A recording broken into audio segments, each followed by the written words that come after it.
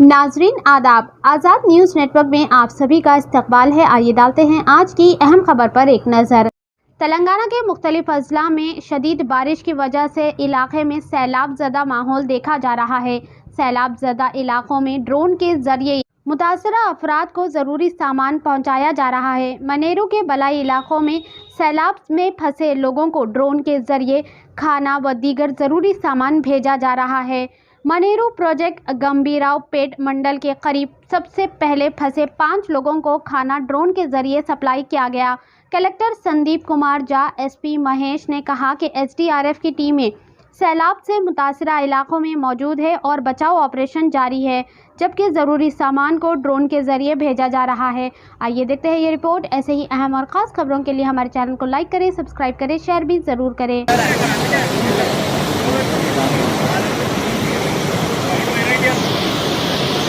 అది పెట్టిందిగా